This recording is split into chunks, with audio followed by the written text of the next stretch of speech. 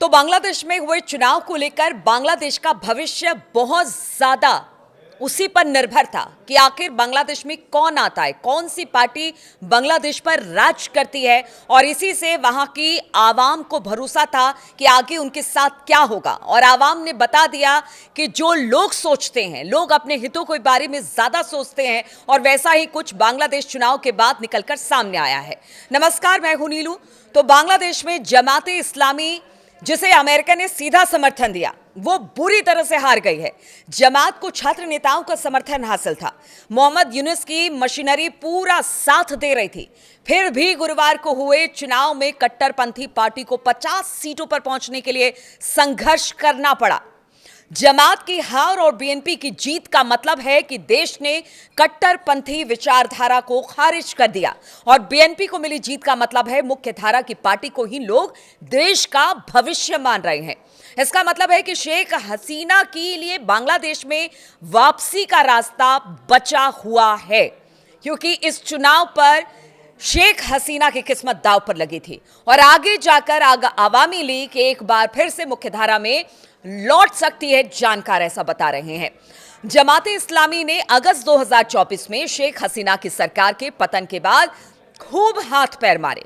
मोहम्मद यूनुस ने जमात के तमाम बड़े नेताओं को, जिन पर आतंकवादी घटनाओं में शामिल होने के आरोप थे, उन्हें जेल से रिहा कर दिया। अमेरिकी अधिकारियों ने खुलकर जमात के नेताओं से मुलाकात की। मुस्लिम उम्माह ने भी जमात को विदेशों से फंड पहुंचाया। बावजूद इसके जमात हार गई। नितिन गोखले, जो कि जियोपॉलिटिकल एक्सपर्ट हैं और बहुत सारे ऐसे एक्सपर्ट हैं, उन्होंने बांग्लादेश चुनाव को लेकर 5 अहम बातों का जिक्र किया है। बांग्लादेश में बीएनपी की जीत के मायने क्या हैं, यानी अब इसके बाद क्या बांग्लादेश एक बार फिर से सुरक्षित होगा। जिस तरह की मार काट, खून खराबे पीछे हमने देखा कि देखने को बांग्लादेश में मिले हैं, क्या अब उसके बाद बांग्लादेश में शांति आएगी, विकास की बयार बहेगी? तो बीएनपी की जीत के मायने हम आपको बताते हैं। मुख्य धारा की पार्टी में भरोसा, यानी कि आवामी लीग को चुनाव लड़ने की इजाजत नहीं दी गई थी। ऐसे में बांग्लादेश नेशनलिस्ट पार्टी यानी कि बीएनपी ही एकमात्र मुख्यधारा की पार्टी थी।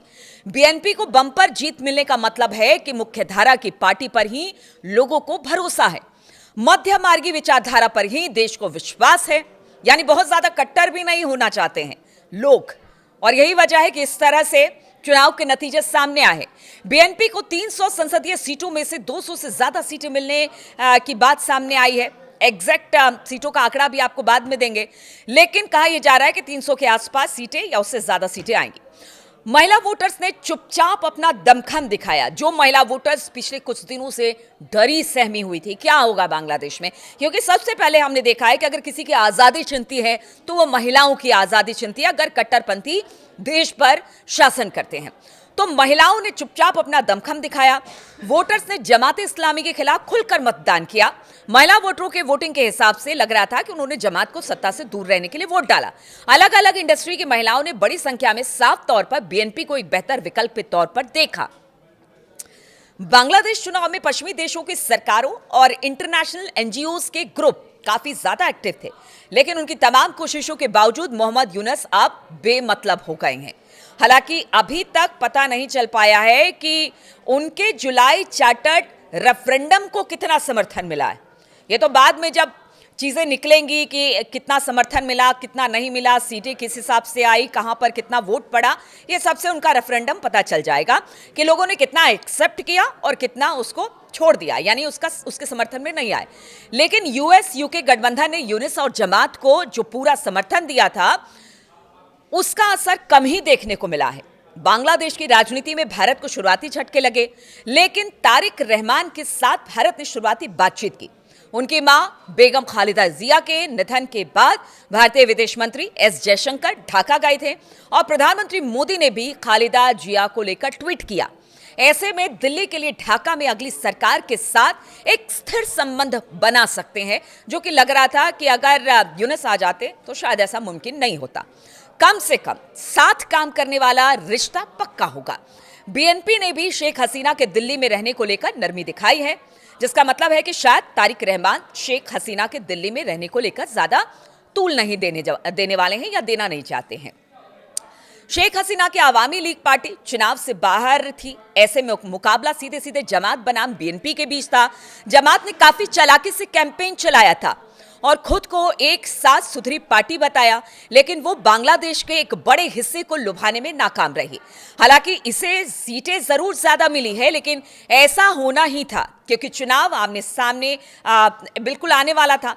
बांग्लादेश चुनाव की सबसे दिलचस्प बात छात्र नेता रहे, जिन्हें जनता ने बुरी तरह से नकार दिया। शेख हसीना के खिलाफ विद्रोह करने वाले छात्र नेताओं ने एनसीपी नेशनल सिटीजन पार्टी का निर्माण किया था, जिसे सीधा मोहम्मद यूनुस का समर्थन था।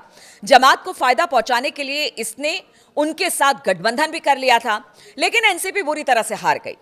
ज्यादातर छात्र नेता चुनाव हार चुके हैं और देखिए, कहा यह जा रहा है कि बीएनपी आने के बाद शेख हसीना जो भारत में इस वक्त है, उनकी वापसी का रास्ता भी खुल जाएगा।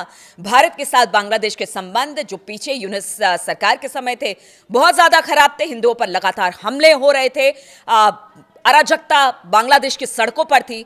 शायद अब यह माना जा रहा है कि बीएनपी के आने के बाद अब हालात बांग्लादेश के बेहतर होंगे और ये वहां के आवाम ने बता दिया है बीएनपी को चुनकर।